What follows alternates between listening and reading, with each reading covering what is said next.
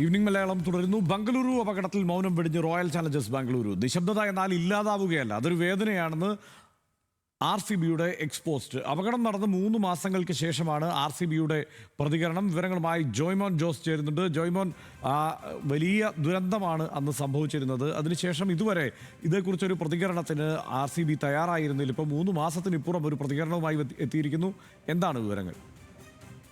ഹർഷൻ, അതായത് ഈ അപകടം, അതായത് ഇന്ത്യൻ കായിക ചരിത്രത്തിൽ തന്നെ രണ്ടാമത്തെ വലിയ ദുരന്തമായ ബംഗളൂരു സ്റ്റാമ്പീഡിന് ശേഷം ഒരു 3 മാസങ്ങൾക്ക് ശേഷമാണ് ഇപ്പോൾ RCB ടീം മാനേജ്മെൻറ്റിൻ്റെ ഭാഗത്തുനിന്ന് ഒരു ഔദ്യോഗിക പ്രതികരണം ഉണ്ടാകുന്നത്. അതിൽ തന്നെയായാലും ഇവർ പറയുന്ന കാര്യം, ഈ അപകടം അല്ലെങ്കിൽ ഈ ഒരു ദുരന്തത്തിൽ അവർക്ക് അതിയായ ദുഃഖമുണ്ട്. അപ്പോൾ ഉണ്ടായ നിശബ്ദത അഭാവമായിരുന്നില്ല, മറിച്ച് അത് ദുഃഖമായിരുന്നു.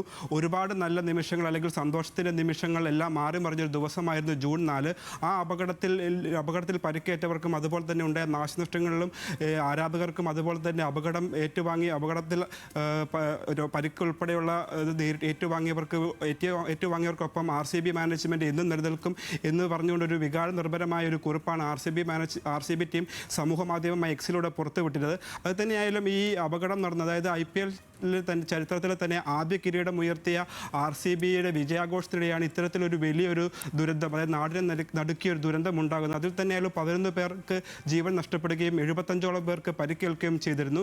ഈ അപകടത്തിൽ തന്നെയായാലും RCB മാനേജ്മെൻറ്റ് വളരെ വിമർശനങ്ങൾ അല്ലെങ്കിൽ ഏറ്റുവാങ്ങിയിരുന്നു. അതായത് ഈ അപകടത്തിന് കാരണക്കാരൻ എന്നോണം RCBക്കെതിരെ വൻ വിമർശനമാണ് ഉയർന്നിരുന്നത്. അതിൽ തന്നെയായാലും പിന്നീട് FIR ഉൾപ്പെടെ ഈ കേസിൽ പ്രതിചേർക്കപ്പെടുകയും നിരവധി വിമർശനങ്ങളും അതുപോലെ തന്നെ ആരോപണങ്ങളും RCBക്ക് നേരെ ഉണ്ടായിരുന്നു. ഹർഷൻ, അപ്പോൾ ഈ ഒരു ഘട്ടത്തിൽ ഈ ഒരു പ്രതികരണം വരും ആരാധകരെ സംബന്ധിച്ചൊരു ആശ്വാസമാണ്. അതായത് തങ്ങളുടെ ടീം തങ്ങൾക്കൊപ്പം നിലകൊള്ളുമെന്ന് ആരാധകരെ അറിയിക്കാൻ വേണ്ടിയാണ് ഇത്തരത്തിലൊരു പ്രതികരണം RCBയുടെ ഭാഗത്ത് നിന്ന് ഇപ്പോൾ ഉണ്ടായിരിക്കുന്നത്. ഹർഷൻ, RCBയുടെ പ്രതികരണം 3 മാസങ്ങൾക്ക് ശേഷം എത്തിയിരിക്കുന്നു. ജോയ്മോനാണ് വാർത്ത റിപ്പോർട്ട് ചെയ്തത്.